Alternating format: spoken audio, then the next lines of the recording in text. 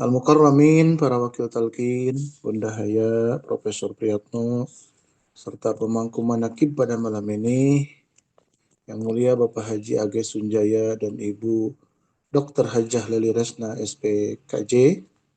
Mudah-mudahan dengan berkah manakib ini melalui limpahan karamah guru agung kita semua, Allah memudahkan segala urusan beliau sekeluarga. Allah berkahkan segalanya semuanya selamanya. Amin ya Allah ya Rabbal Alamin. Hadirin ikhwan akhwat para pecinta kesucian jiwa rahimakumullah.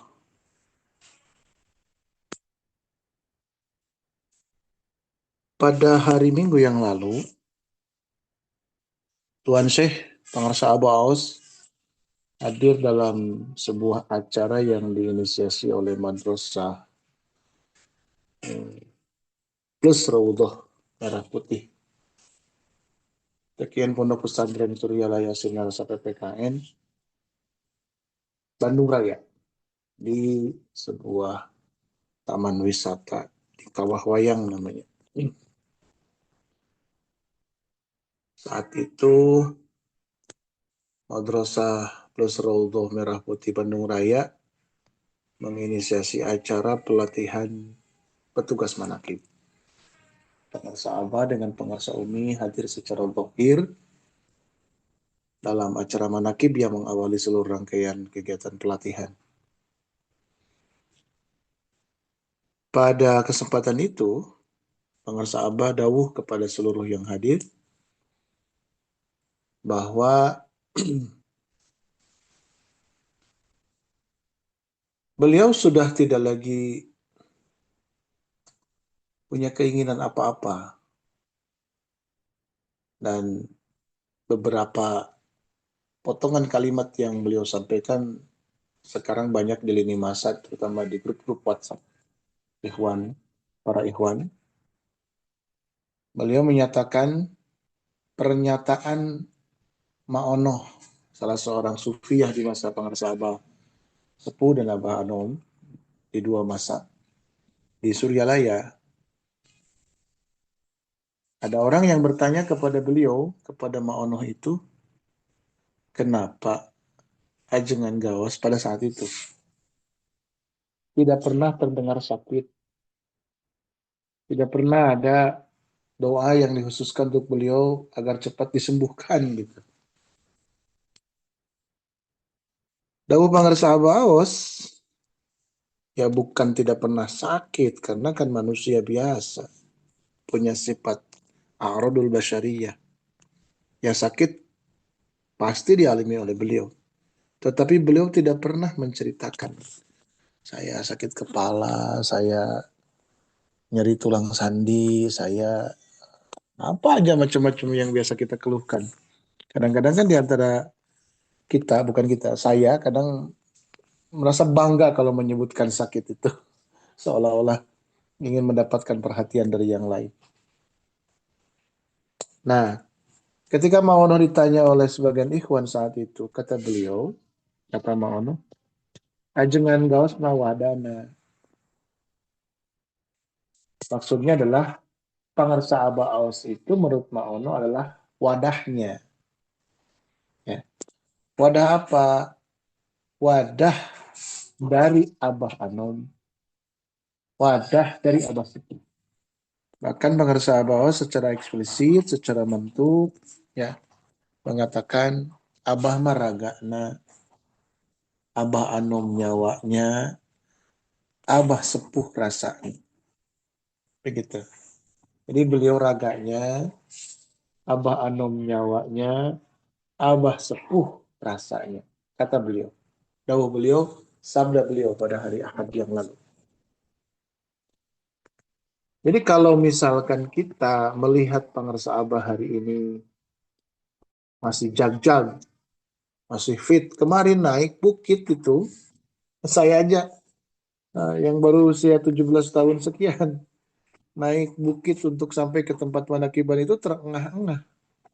Beliau masih santai saja, biasa saja.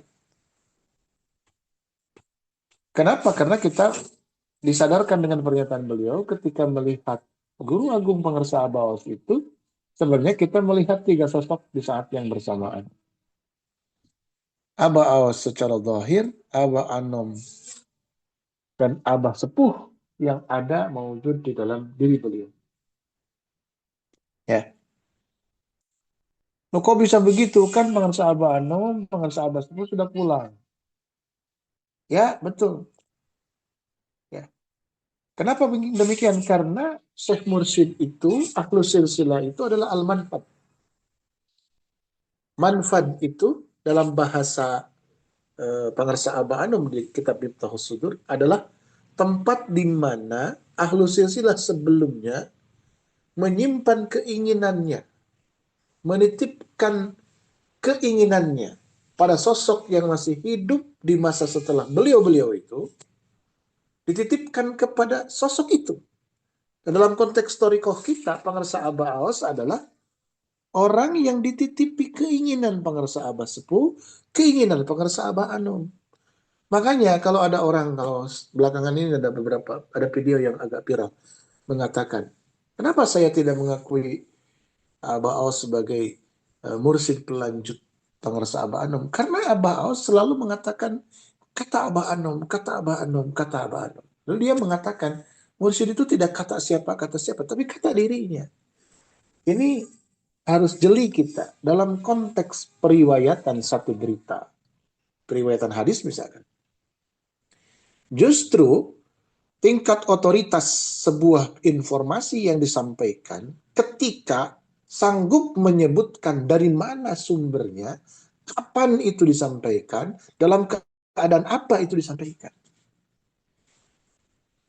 Karena kalau misalkan kita yang menyatakan secara pribadi, akan melekat penilaian-penilaian kepada pribadi.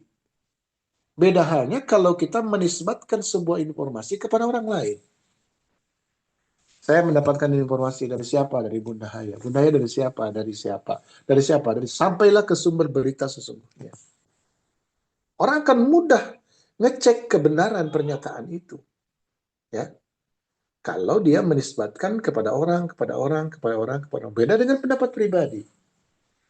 Pendapat pribadi itu akan muncul perdebatan. Oh, kalau Ucup mengatakan begini, kata Bunda Haya, Ucup itu lebih muda daripada saya.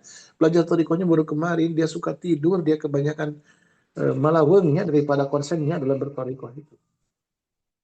Lain halnya kalau saya mengatakan, saya dapatkan dari Pangarsa Abah Aos pada hari ini, jam segini dalam keadaan begini. Nah, justru Pangarsa Abah Aos saking fananya, leburnya kepada gurunya, kepada ayah ruhaninya Pangarsa Abah Anom, segala-gala itu kata Abah Anom, kata Abah Anom, kata Abah Anom.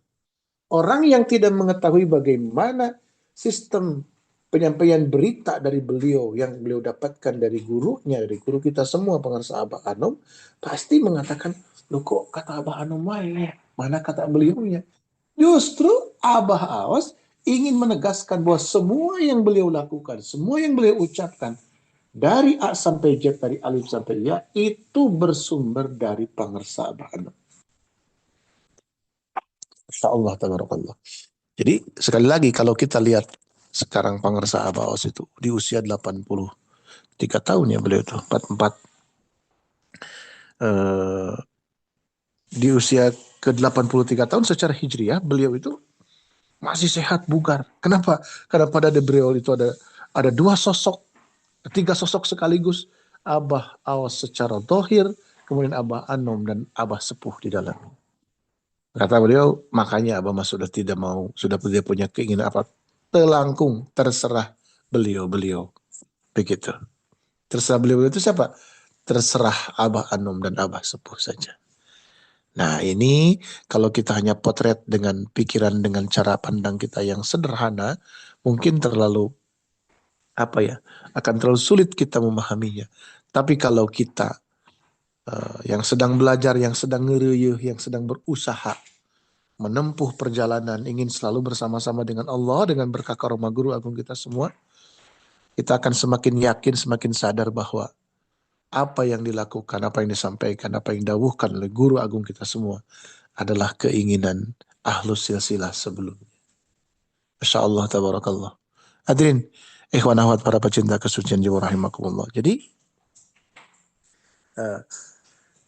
mursid pada zaman kita semua, yang hidup, yang berinteraksi dengan kita semua itu, dan demikian pula Abah Anom pada masanya, ketika Abah Sepuh sudah pulang. Demikian pula Abah Sepuh pada masanya, ketika Syekh Tolha sudah berpulang.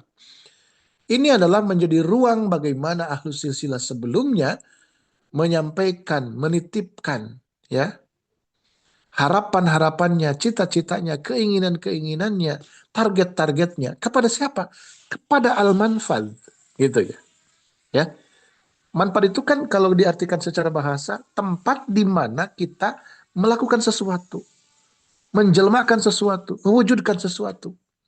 Nah, ini maktubi tertulis di dalam apa? Di dalam kitab Miftahus Sudur. Nah, bagaimana prosesnya supaya keinginan pengersa Abah Anom, Abah Sepuh itu dikomodir oleh pengersa Abah Awas? Dalam bagian kitab Miftahus Sudur, wa tujawibuhu arwahul masyayikhi min syaikhil hayyi ila Rasulillahi sallallahu alaihi wasallam. Saling berkomunikasi, saling bertukar informasi. Arwahul masyayikh, ruh-ruh guru-guru kita semua.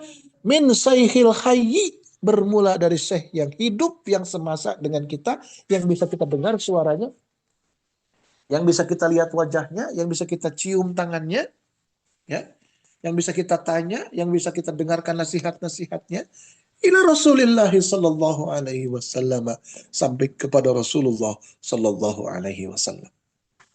Jadi sudah terang benderang sebenarnya, kalau kita mau jujur, kalau kita mau uh, menerima informasi yang disampaikan oleh Guru Agung Pangersaba Anom di dalam kitab Miftahus Sudur. Gitu.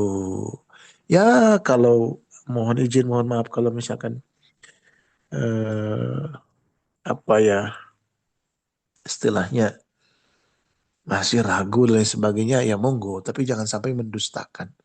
Mendustakan itu bukan mendustakan siapa-siapa, mendustakan Pangersa Abah Anom yang secara langsung, secara eksplisit, secara maktub tertulis, ya, ada di kitab beliau yang dibangga-banggakan oleh semua murid-muridnya, tetapi karyanya tidak mau diakses, tidak mau dibaca, tidak mau didengarkan, tidak mau diwujudkan dalam kehidupan kita. Nauzubillahi min dzalik. Nah, hadirin ikhwan akhwat para pecinta kesucian jiwa rahimakumullah. Ini kenapa saya sampaikan, supaya semakin menguatkan, mengokohkan kita semua. Beberapa hal yang mungkin menurut pikiran kita, ya, menurut ukuran kadar berpikir kita, itu maksudnya pengersa abaos apa ya? Maksudnya disampaikan oleh beliau itu apa? Bersabar, bersabar. Ya, semakin dekat kita dengan seseorang, ya, kita akan semakin banyak mengetahui rahasianya. Semakin dekat saya dengan Pak Kiai Nur Ramlan, ya, intensif komunikasi, ngopi bareng, ya, nongkrong bareng, ngobrol bareng, makin terus makin dekat. Semakin tahu saya rahasia-rahasia beliau. Beliau juga semakin tahu rahasia-rahasia hidup saya, kebiasaan saya, ya, hal-hal yang mungkin menyebalkan dan sebagainya dari diri saya. Kenapa? Karena semakin dekat, semakin mengenal, semakin tahu. Nah, pun demikian kita dengan sosok Syekh Mursyid, semakin dekat kita, ya, semakin akrab kita, semakin intensif kita bersama-sama dengan beliau. Kebersamaan ini bukan kebersamaan fisik, kebersamaan dalam sistem amaliyah, untuk selalu sama, mengupayakan sama, bermujahadah supaya ingin sama dalam setiap gerak ahwal beliau, dari bangun tidur sampai tidur lagi. Nggak akan ada yang persis seperti beliau, tetapi setidak-tidaknya kita membuat jarak perbedaan itu semakin pendek antara kita dengan beliau. Nah, kalau semakin itu, maka kita akan dibukakan apa rahasia-rahasia sebenarnya di balik apa yang beliau ucapkan, di balik gerak ahwal beliau yang hari ini kita saksikan, kita dengarkan, kita ikuti dari beliau. Masya Allah, tabarakallah. Tapi ini membutuhkan apa? Membutuhkan konsistensi, butuh istiqomah, butuh kesabaran, ya, butuh ketangguhan kita. Yang berjauhan secara fisik belum tentu berjauhan secara ruhani. Pun demikian, yang berdekatan secara fisik belum tentu berdekatan secara ruhani. Maka pangarsa Abah membagi dua suhbah, ada suhbah sugro, ada suhbah kubro. Suhbah sugro dalam bentuk pertemuan fisik dengan beliau. Bagaimana Romo Yai Mahya Al-Bukairi di Jeddah, kalau memang itu menjadi prioritas utama, harus bertemu secara fisik, kan beliau di Jeddah, terpaut 9 jam perjalanan, sekian ribu kilometer dari Jeddah ke Sinarasa. Kalau itu menjadi standar kedekatan. Bagaimana Ibu Hajah Kartini dari Amerika bisa merasakan nikmatnya sohbah, ya, kalau harus dimanai dengan kebersamaan fisik. Bagaimana Pak Kiai Ansor di Dammam di sana, di ujung Saudi sebelah sana, bisa merasakan nikmatnya sohbah kalau diartikan secara fisik. Maka kata mengerasa Abah, subah fisik itu subah sugro, subah kecil. Yang subah kubro, sohbah kebersamaan yang agung, yang besar itu adalah kebersamaan dalam sistem amalia yang ditetapkan, yang dibimbingkan, yang diarahkan untuk kita dari beliau. Masya Allah, tabarakallah. Ini yang kita inginkan. Ini yang kita selalu doakan. Ini yang selalu kita upayakan. Ingin selalu ikut dengan beliau. Dan beliau kan sudah jelas tidak akan terkejar, tapi tidak akan tertinggal. Selama kita ikut. Syaratnya adalah ikut. Syaratnya adalah mengikuti. Nah, apa syarat mengikuti? Apa indikasinya? Apa cirinya mengikuti itu? Syartul mutaba'ati ru'yatul matbu'i bi kulli syai'in. Syarat ikut itu adalah selalu memandang, selalu fokus, selalu menjadikan standar orang yang diikuti. Jadi bukan ngarang, bukan diraba-raba, bukan dikira-kira menurut pikiran kita. Apa yang kita lihat, apa yang kita dapatkan, itu yang kita lakukan. Itulah mutaba'at. Itulah ikut. Jadi ikut itu harus sama dengan yang diikuti. Begitu. Kalau saya ikut Bunda Haya ke Jakarta, ke Prapanca, ya harus ikut jalurnya. Ongko mau ikut dengan Bunda Haya, tapi saya ke Surabaya. Yang nggak pernah sampai kalau begitu. Jadi bahasa tidak akan terkejar itu betul karena beliau wahiduz zaman.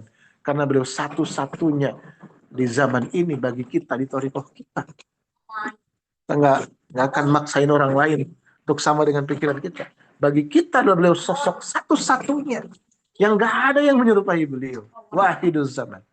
Makanya kita nggak akan bisa menyerupai beliau persis plek ketiplek, nggak bisa. Tetapi kalau kita mau mengikuti kata pengasabah tidak akan tertinggal. Masya Allah, tabarakallah. Semoga Allah kuatkan kita semua. Semoga Allah istiqomahkan kita semua untuk terus bersama-sama dengan guru agung kita semua dalam kafilah ruhani yang sedang kita perjuangkan selama ini. Amin ya Allah ya Rabbal alamin. Terima kasih. Wallahul muwaffiq ila aqwamit thoriq. Assalamualaikum warahmatullahi wabarakatuh.